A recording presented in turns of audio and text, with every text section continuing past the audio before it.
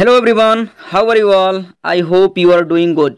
So guys, in this video, I will explain the summary of the poem Dust of Snow. That is the first chapter of poem of first flight book of class 10th English. So guys, ये है class 10th की English की पहले chapter. एक poem है जिसका नाम है डस्ट ऑफ स्नो। तो इसी के बारे में हम पढ़ने वाले हैं, इसी के बारे में जानने वाले हैं, इसके समरी के बारे में जानने वाले हैं और ओवरऑल जो टोटल नॉलेज है इसके बारे में वो सीखने वाले हैं। डस्ट ऑफ स्नो एक कविता है जिसको लिखने वाले रॉबर्ट फ्रॉस्ट हैं। Robert Frost is the poet of this poem. Robert Frost has compose this poem. Robert Frost ने इस कविता को लिखा है। तो डस्ट ऑफ स्नो का अर्थ हिंदी क्या होता है? डस्ट ऑफ स्नो का हिंदी में अर्थ क्या होता है? इसका मतलब होता है बर्फ़ के कण या बर्फ़ के धूल। तो इसका मतलब आप ये कह सकते हैं बर्फ़ के कण या बर्फ़ के धूल। तो सबसे पहले before we start this poem मैं आपको कुछ बताना चाहता हूँ। रॉबर्ट फ्रॉस्ट एक बार सर्दियों के मौसम में एक हेमलॉक ट्री के नीचे बैठे रहते हैं और वो निराश भाव में रहते हैं, दुखी मनोभाव में रहते हैं, दुखी मनोदशा में रहते हैं। उसके बाद में अचानक क्या होता है, एक कौवा भी उसी पेड़ पर बैठा रहता है, उसी हेमलॉक ट्री पर बैठा रहता है और अचानक से क्या करता है, वो पेड़ की शाखा को हिला देता है। पेड़ की शाखा को जैसे ही वो हिलाता है तो उस पेड़ पर बहुत सारे बर्फ़ जमे हुए थे, अर्थात वहाँ पे रुके हुए थे। और जैसे ही वो ब्रांचेस को हिलाता है, शेक करता है, तो जो बर्फ़ के पार्टिकल्स हैं यानी कि स्नो के जो पार्टिकल्स हैं वो डायरेक्टली फेल डाउन होते हैं ऑन पोएट्स बॉडीज, कवि के शरीर पर गिरते हैं। और वो जो छोटे छोटे कण बर्फ़ के जो गिरते हैं कवि के सिर पे या कवि के शरीर पे, वो उनकी मनोदशा को तत्काल चेंज कर देते हैं। यानी कि वो शुरुआती दौर में वो दुखी मनोभाव में थे, दुखी मनोदशा में थे और जैसे ही बर्फ़ के टुकड़े या बर्फ़ के कण उनके ऊपर गिरते हैं उनकी मनोदशा चेंज हो जाती है, वो खुशी भाव में हो जाते हैं, हैप्पी मूड में हो जाते हैं। और वो कहते हैं कि जब वो खुशी भाव में हो जाते हैं तो कहते हैं कि अब मैंने अपना जो शेष समय मैं बर्बाद करता निराश होने में, वो मैंने बचा लिया, वो मैंने सेव कर लिया। यानी कि जो पल या जो दिन शेष मैं पछतावे में बिताता, वो पल या वो समय अब मैं खुशी खुशी में बिताऊंगा। तो टोटल हिंदी में यही सारांश है। तो चलिए हम लाइन बाय लाइन आपको समझाने का प्रयास करते हैं।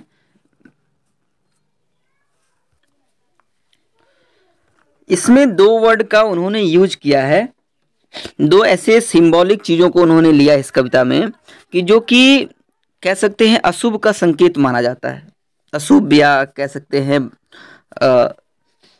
खराब सूचक माना जाता है। वो दो वर्ड्स ये हैं, एक है क्रो, एक है क्रो। मैं थोड़ा जूमिंग कर देता हूँ। एक वर्ड है क्रो, इसको भी अशुभ का संकेत माना जाता है, अशुभ का सूचक माना जाता है। और सेकेंड वर्ड उन्होंने यूज किया है हेमलॉक ट्री, जो कि एक पॉइजनस ट्री है। पॉइजनस यानी जहरीला पेड़। तो कहीं ना कहीं ये भी अशुभ ही सूचक हो सकता है, यानी कि खराब सूचक हो सकता है कि जहरीला है तो किसी की जान ले सकता है। तो इन दो वर्ड को उन्होंने चूज किया है, लेकिन वो नकारात्मक भाव में नहीं उन्होंने चूज किया है। इन दो चीज़ों को उन्होंने इस कविता के माध्यम से सकारात्मक भाव में या सकारात्मक एक्सप्रेशन को देखते हुए उन्होंने क्या किया है, चूज किया है। कारण ये रहा है कि जो हम मानते हैं कि कौवा और या पॉइजनस ट्री, हेमलॉक ट्री, ये हमारे लिए मतलब अशुभ सूचक हैं, लेकिन पोएट के लिए ऐसा नहीं है, पोएट के लिए ऐसा नहीं है। कारण ये है कि कौवा और हेमलॉक ट्री वो क्या करते हैं, वो उनके दिन को अच्छा बना देते हैं सब।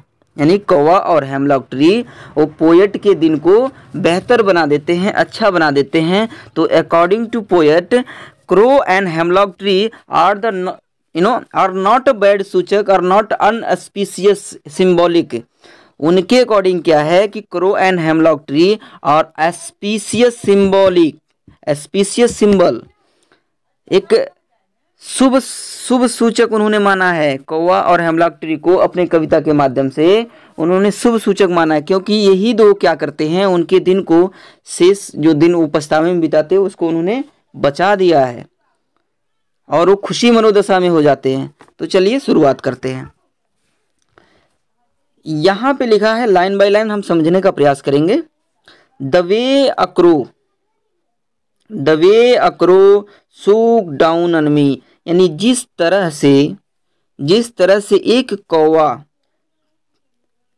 पेड़ की शाखा को हिलाया, ठीक है, और उसके बाद में द डस्ट ऑफ स्नो, यहां देख सकते हैं the dust of snow from a hemlock tree. कहने का तात्पर्य है कि हेमलॉक ट्री या जो पॉइजनस ट्री है उस पेड़ से बर्फ के कण वो पोएट के शरीर पर गिर जाते हैं। कहने का तात्पर्य है कि पोएट एक पेड़ के नीचे बैठे रहते हैं जिस पेड़ का नाम है हेमलॉक ट्री, जो कि एक पॉइजनस ट्री है, और उसी पेड़ पर एक कौवा बैठा रहता है और पेड़ पे कई सारे बर्फ जमे हुए थे, और जैसे ही वो बैठते हैं निराश भाव में बैठे रहते हैं, और कौवे ने पेड़ की शाखा को हिलाया, और जैसे ही पेड़ की शाखा को उसने हिलाया तो बर्फ के छोटे छोटे टुकड़े कवि के शरीर पर गिरे, और जैसे ही गिरे तो क्या हुआ, व्हाट हैपन। चलिए नेक्स्ट स्टेंजा में हम लोग देखते हैं। तो नेक्स्ट स्टेंजा ये है, मैं आपको दिखा रहा हूँ जस्ट ऐसे। नेक्स्ट स्टेंजा ये है, इसमें उन्होंने क्या बताया है कि has given my heart a change of mood, यानी कि जैसे ही बर्फ के टुकड़े उनके शरीर पर गिरे, उनकी मनोदशा या उनका हृदय, उनका मनोभाव चेंज हो गया। क्या हो गया? चेंज हो गया। वो शुरुआती दौर में, इनिशियल टाइम में क्या थे, ही वॉज अ डिसअपॉइंटेड, वो निराश थे, ठीक है, इन सैड मूड, दुखी मनोदशा में थे, और उनके भावों को वो बर्फ के छोटे छोटे टुकड़े चेंज कर दिए, यानी खुशी मनोदशा में बदल दिए। अब नेक्स्ट क्या है, and saved some part of a day I had rued, और उन्होंने कहा कि मैंने वो शेष समय, दिन का जो शेष समय था वो मैंने बचा दिया, यानी बचा लिया। कहने का तात्पर्य वो छोटे छोटे बर्फ के टुकड़े गिरने से मेरा जो शेष समय पछतावे में बीतता, निराशा में बीता, वो समय बच गया, ठीक है, आई हैड ड्रीव्ड, और जो मैंने समय बर्बाद किया था। तो गाइस आपको ये समरी कैसी लगी, मैं इंग्लिश में भी इसका एक सारांश बता दे रहा हूँ। समरी अगर आपको समझ में नहीं आ रहा, एक बार मैं आपको और बता दे रहा हूँ। सबसे पहले हिंदी में बता दे रहा हूँ, फिर इंग्लिश में बताऊंगा। तो कहने का तात्पर्य है, एक कवि एक तदूरे के पेड़ के या हेमलॉक ट्री के नीचे बैठे रहते हैं, उसी पेड़ पर एक कौवा बैठा रहता है, और पेड़ पर बर्फ जमे हुए रहते हैं, सर्दियों का मौसम रहता है, और कवि निराश मनोदशा में रहते हैं, और जैसे ही वो बैठते हैं फिर एक कौवा पेड़ की शाखा को हिला देता है। पेड़ की शाखा को हिलाता है तो कवि के शरीर पर बर्फ के छोटे छोटे टुकड़े गिर जाते हैं, और जैसे ही बर्फ के छोटे छोटे टुकड़े गिरते हैं तो कवि के मनोदशा को वो बर्फ के छोटे छोटे टुकड़े चेंज कर देते हैं, यानी वो पहले निराश भाव में थे और बाद में वो खुशी भाव में हो जाते हैं। और वो कहते हैं कि मैंने बर्फ के छोटे छोटे टुकड़े गिरने से, यानी कि जो उनके अंदर एक प्रकार का फीलिंग आया, जो एक प्रकार का एहसास जगा, वो उनके शेष समय को बचा लिया, यानी कि जो निराशा में वो बिताते। सो इस पोएम का इंग्लिश में समरी में बताने जा रहा हूँ। So listen to me carefully. Once in winter season the poet was sitting under a hemlock tree in sad mood. That time a crow was also sitting on the same tree, and snow were frozen over there. Suddenly the crow shook the branch of tree, and particles of snow fell down poet's body. Falling of particles of snow changed poet's mood. Now he has got in happy mood. The poet says that he saved the rest part of the day that he supposed to spend in disappointed mood.